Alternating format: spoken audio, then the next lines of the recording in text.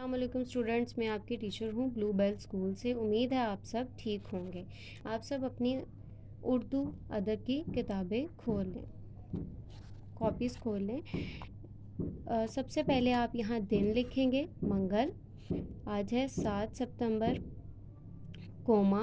21 جماعت کا کام، سبق نمبر 8 شام نظم۔ آج ہم نے الفاظ معنی کرنے ہیں۔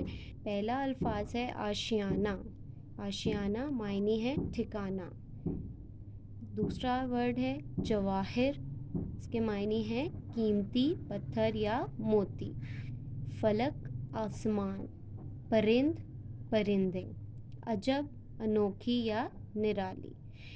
Okay students, this is the working for today. So آپ کو میں اس کو مزید ایکسپلین کروں گی زوم کلاس میں۔ آپ لوگوں نے سب نے لازمی زوم میٹنگ اٹینڈ کرنی ہے۔ تب تک کے لیے اللہ حافظ۔